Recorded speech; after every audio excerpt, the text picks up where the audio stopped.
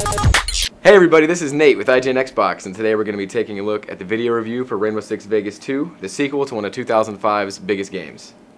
In November of 2005, the Xbox 360 got its first two truly great games in the form of Gears of War and Rainbow Six Vegas.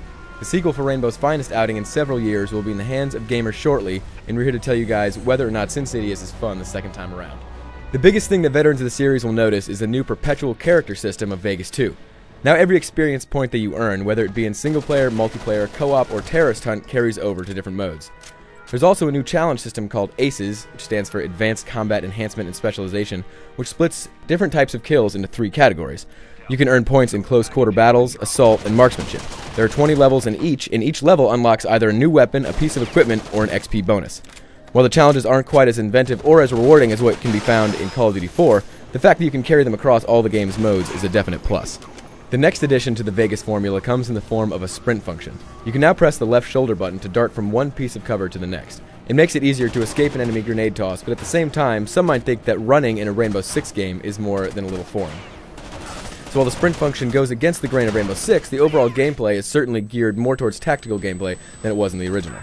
Rooms now have multiple points of entry, so you can do the classic breach and clear or frag and clear that everybody loved from the first game. Sadly, effective tactics can be made difficult by shoddy artificial intelligence, both from your teammates and the enemy. Too often enemies will be completely unaware of your presence, even when you're standing right next to them. Friendly soldiers also have a tendency to put themselves in harm's way too often by darting through hostile rooms or just running out into the open during the battle. So while the single-player campaign is fun and it does provide a fitting conclusion to the storyline from Vegas 1, it's clear that multiplayer was still the focus for Ubisoft Montreal during development. There are 12 maps in all, with several being ripped from Rainbow Six Black Arrow on the PC and retooled for Vegas 2. Old favorites such as Presidio and Import-Export return and are just as fun as most remember. The multiplayer experience is much smoother this time around as well, with fewer loading screens in between games and on disconnects. We did still run into some instances of lag on occasion, even when we were playing on the massive IGN network.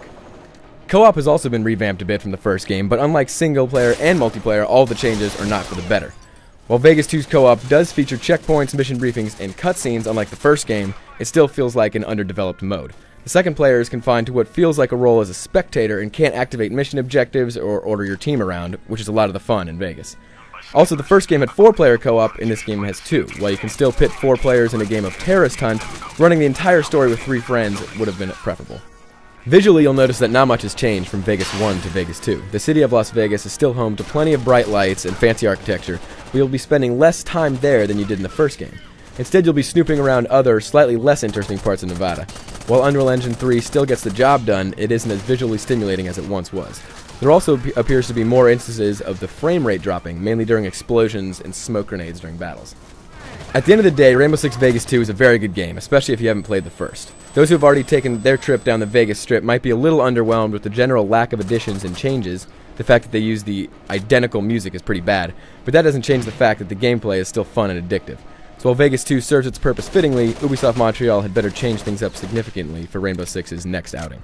So that was our video review for Rainbow Six Vegas 2. Not a whole lot of changes from the first, but if you enjoy the Rainbow Six franchise at all, you should definitely check this one out.